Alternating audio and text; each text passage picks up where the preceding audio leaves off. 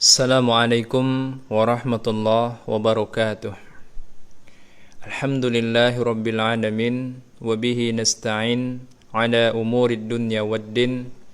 Wassalatu wassalamu ala nabiyyina Muhammadin wa ala alihi wa ashabihi wa man tabi'ahum bi ihsanin ila yaumiddin. Allahumma 'allimna ma yanfa'una wanfa'na bima 'allamtana.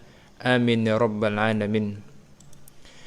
Kaum muslimin dan kaum muslimat yang dimuliakan Allah Subhanahu wa taala, kita bersyukur dan kita memuji Allah Subhanahu wa taala atas limpahan nikmat-nikmatnya kepada kita semua. Terkhusus nikmat hidayah di atas agamanya dan nikmat taufik, diberi kesempatan, diberi kemudahan untuk bisa mempelajari agamanya.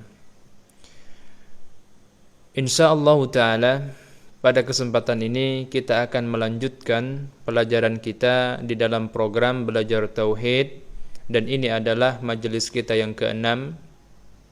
Pada majelis yang ke-6 ini kita memasuki bagian pertama dari pokok bahasan yang ketiga dari Kitabul Ilmi, yaitu pembahasan tentang keutamaan orang-orang yang berilmu dan orang-orang yang mengajarkan ilmu tentang agama Allah Subhanahu wa taala.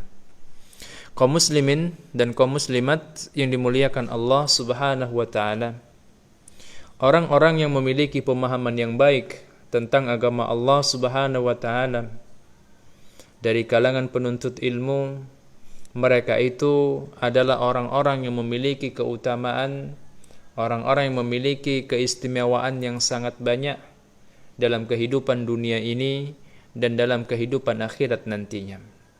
Terlebih mereka-mereka yang mampu mengajarkan ilmu tentang agama Allah Subhanahu wa taala kepada umat manusia. Al-Imam Ibnul Qayyim Al-Jauziyah rahimahullahu taala di dalam kitabnya Miftah Daris Sa'adah, beliau mengatakan, kullu sifatin madahallahu bihal abda fil qur'ani fahiya thamratul ilmi wa natijatuhu wa kullu dhammin dammahu fahuwa thamratul jahli wa natijatuhu. Kata beliau rahimahullahu ta'ala, semua sifat yang digunakan oleh Allah Subhanahu wa ta'ala untuk memuji seorang hamba di dalam kitabnya Al-Quran Al-Karim, itu disebabkan buah dari ilmu dan pengaruh dari ilmu. Dan kebalikannya, semua celaan yang Allah Subhanahu wa taala gunakan untuk mencela seorang hamba itu tidak lain disebabkan karena buah dari kebodohan dan pengaruh dari kebodohan.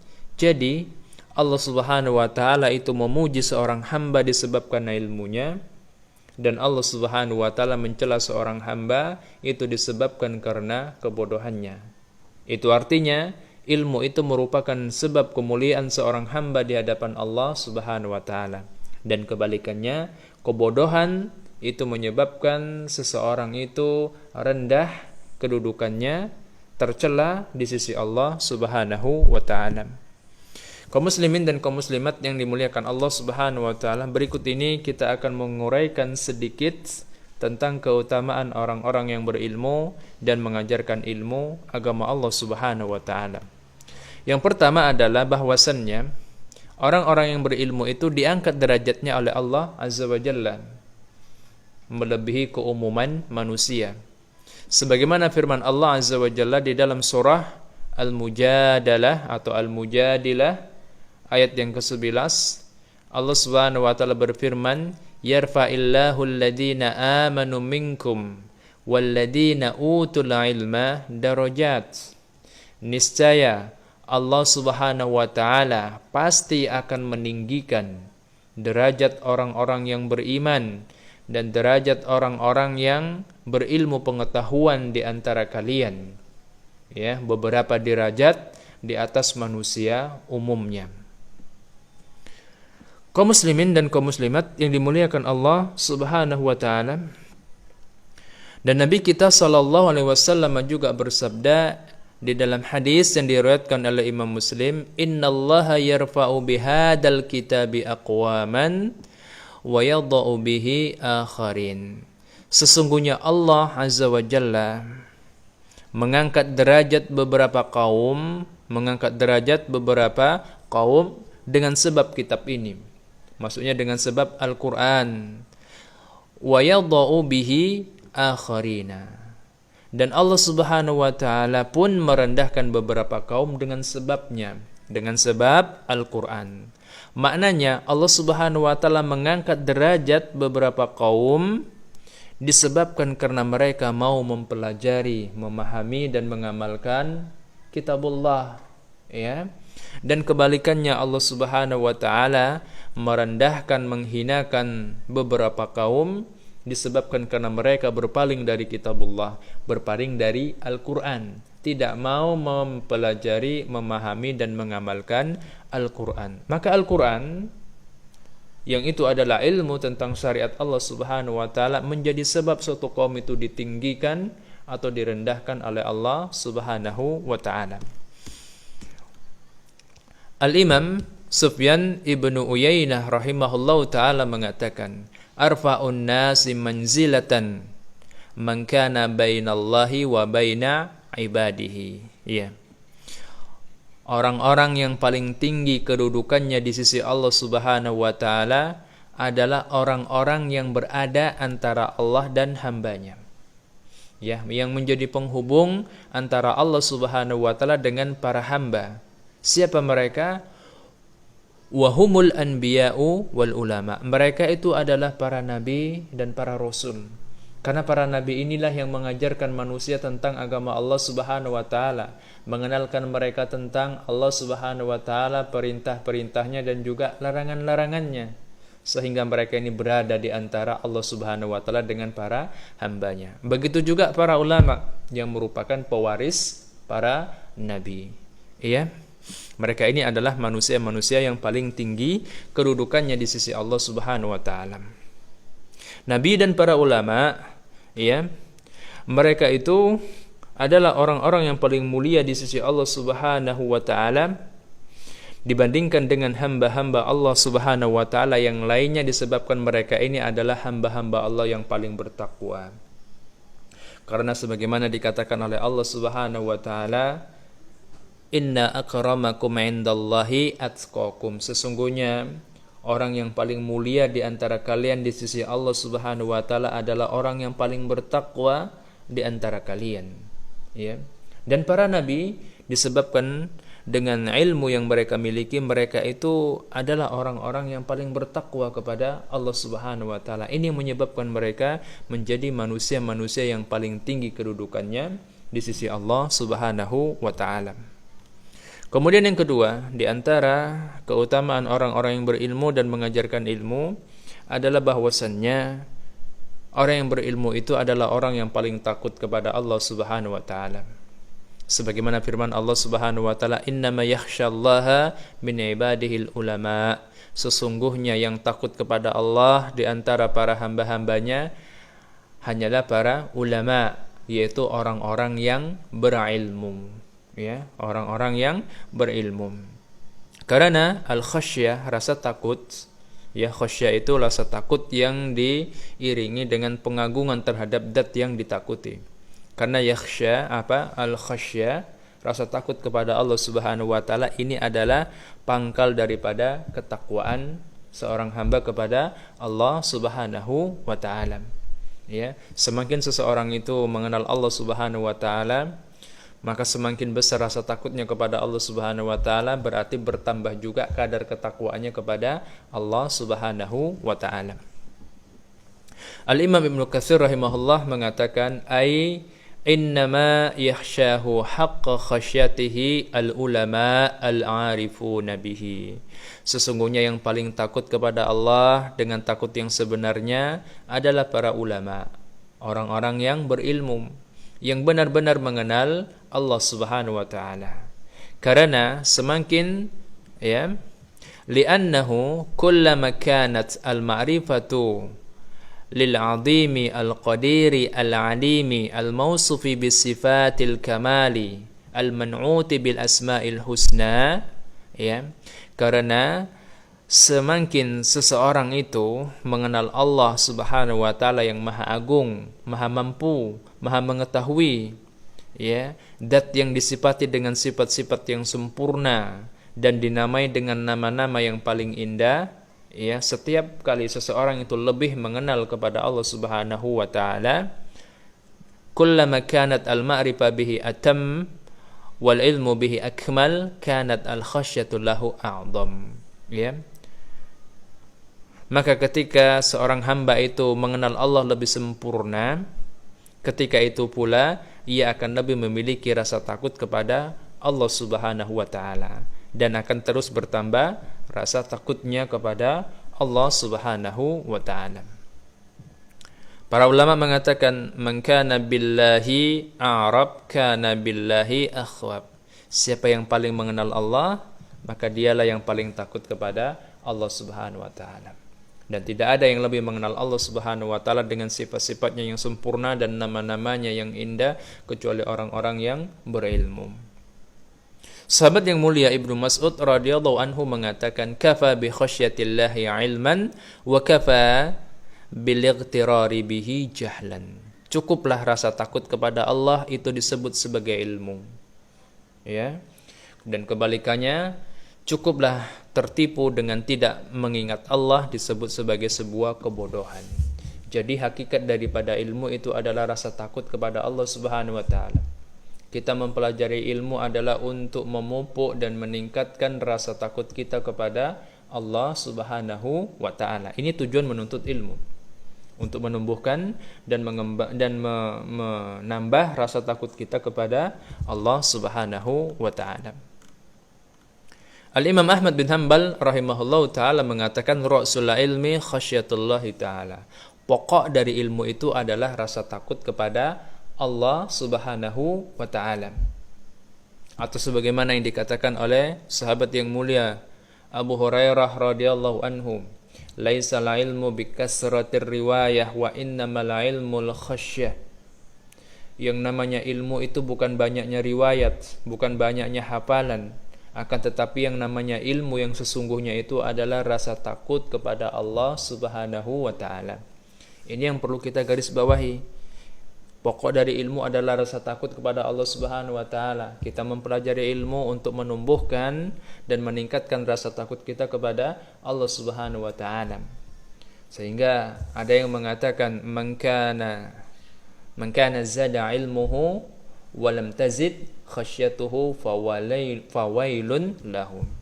Siapa yang bertambah ilmunya tapi tidak bertambah rasa takutnya kepada Allah Subhanahu wa taala, fawailun lahu, maka celakalah dia. Naam, wa iyadu billah. Kaum muslimin dan kaum muslimat yang dimuliakan Allah Subhanahu wa taala. Kemudian yang ketiga, dari keutamaan orang-orang yang berilmu dan mengajarkan ilmu adalah bahwasanya mereka itu menjadi bagian dari para pewaris Nabi, ya. Dan ini sudah kita terangkan pada pelajaran-pelajaran sebelumnya. Nabi kita sallallahu alaihi wasallam bersabda, "Wa inna fadlal ilmi 'alal 'abidi wa inna fadlal 'alimi 'alal 'abidi ka fadlil qamari lailatal qadri 'ala sairil kawakibi." Ya. Dan sesungguhnya keutamaan orang yang berilmu di atas ahli ibadah, orang yang berilmu dibandingkan dengan orang yang rajin beribadah tapi tidak berilmu, ya, perumpamanya itu bagaikan keutamaan bulan purnama atas seluruh bintang-bintang. Iya. Wa innal ulama'a warathatul anbiya. Dan sesungguhnya para ulama itu adalah pewarisnya para nabi. Wa innal anbiya'a lam yuwarrithu dinaron wala dirhaman. Dan sesungguhnya para nabi itu tidak mewariskan dinar dan dirham, tidak mewariskan harta benda kepada umatnya. Wa warrathu al-ilma, bahkan mereka wa warrathu al-ilma, bahkan para nabi dan rasul itu mereka hanyalah mewariskan ilmu. ilmu tentang agama Allah Subhanahu wa taala. Faman akhadahu akhadha bihaddin wafirin. Maka barang siapa yang mengambil ilmu agama Allah Subhanahu wa taala, itu artinya mereka telah mengambil warisan para nabi dengan bagian yang mencukupi. Al-Imam Al-Khatib Al-Baghdadi rahimahullah menceritakan bahwa suatu hari ada seorang Arab Badui lewat ketika Abdullah ibnu Mas'ud radhiyallahu anhu sedang mengajarkan hadis Nabi kepada para muridnya yang berkumpul di sekelilingnya. Lalu orang Arab Badui tersebut berkata, orang Arab Badui, orang Arab pedalaman, dia berkata, untuk apa mereka berkumpul? Maka Abdullah ibnu Mas'ud radhiyallahu anhu mengatakan, ala mirathi Muhammadin sallallahu alaihi wasallam yaqtasimunahu. Mereka itu berkumpul untuk pembagian warisan Nabi sallallahu alaihi wasallam. Mereka itu berkumpul untuk mendapatkan warisan Nabi sallallahu alaihi wasallam, yaitu ilmu tentang agama Allah Subhanahu wa taala. Kemudian yang keempat, di antara keutamaan orang-orang yang berilmu dan mengajarkan ilmu adalah bahwasannya ilmu itu akan kekal dan akan bermanfaat bagi pemiliknya setelah wafatnya. Ini perbedaan ilmu dengan harta. Kalau harta itu harus dijaga, akan tetapi kalau ilmu, ilmulah yang menjaga pemiliknya. Harta itu harus dijaga oleh pemiliknya, tetapi kalau ilmu, maka ilmu itulah yang menjaga pemiliknya, dan dia akan tetap kekal setelah wafatnya pemiliknya, orang yang berilmu tersebut. Rasulullah sallallahu alaihi wasallam bersabda, "Idza matal insanu inqata'a 'amaluhu illa min thalasin." Apabila seorang anak manusia itu meninggal dunia, maka terputuslah amal ibadahnya. Illa min thalasin, kecuali dari 3 hal. Shadaqatin jariyatin, yang pertama sedekah jariyah, sedekah yang manfaatnya tetap berlanjut setelah wafatnya. Aw ilmin yuntafa'u bih, atau ilmu yang bermanfaat. Ilmu yang bermanfaat.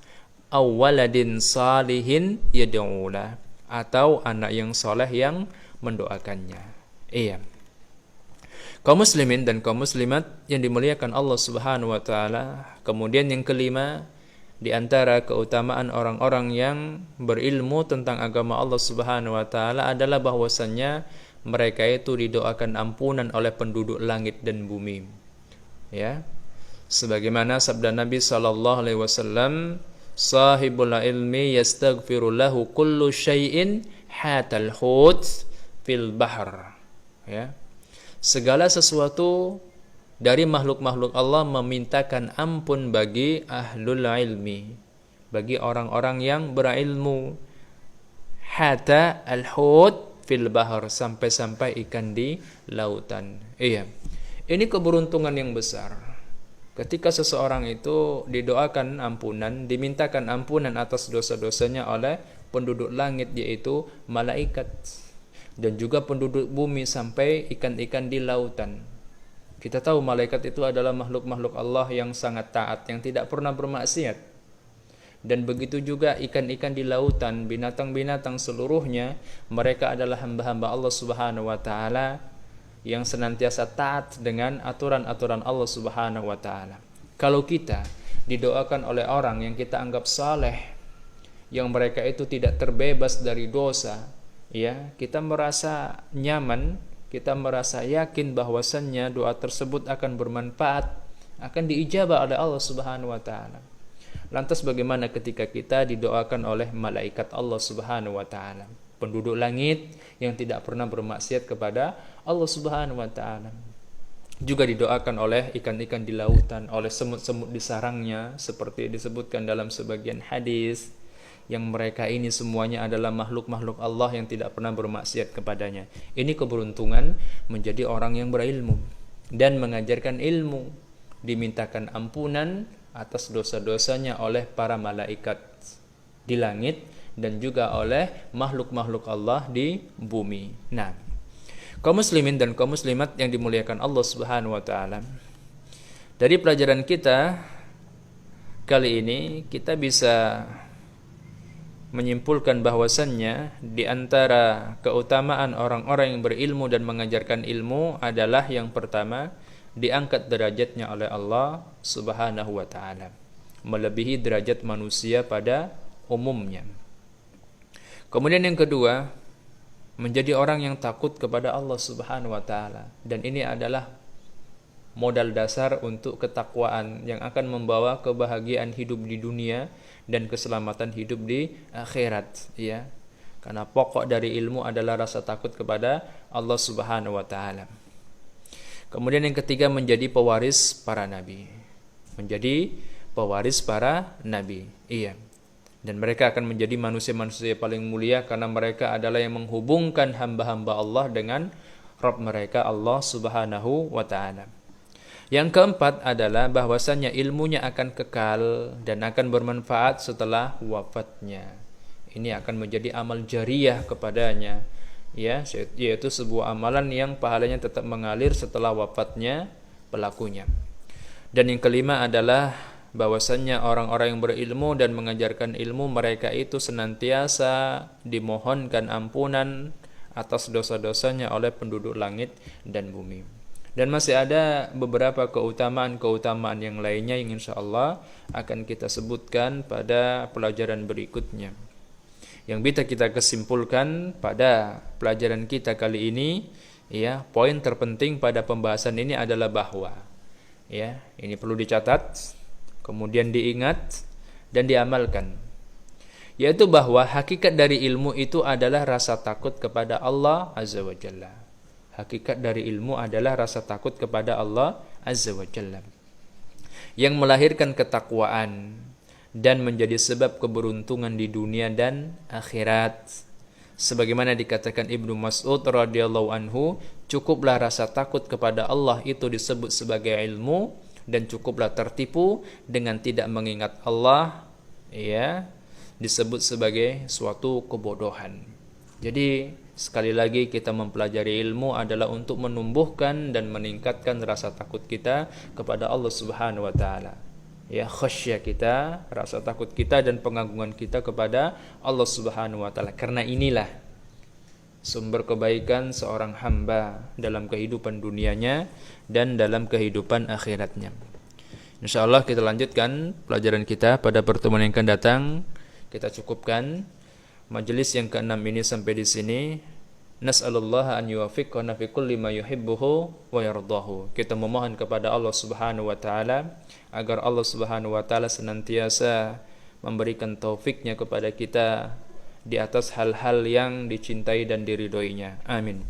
Naktafi bihadzal qadar, billahi taufiq wal hidayah. Wassalamualaikum warahmatullahi wabarakatuh.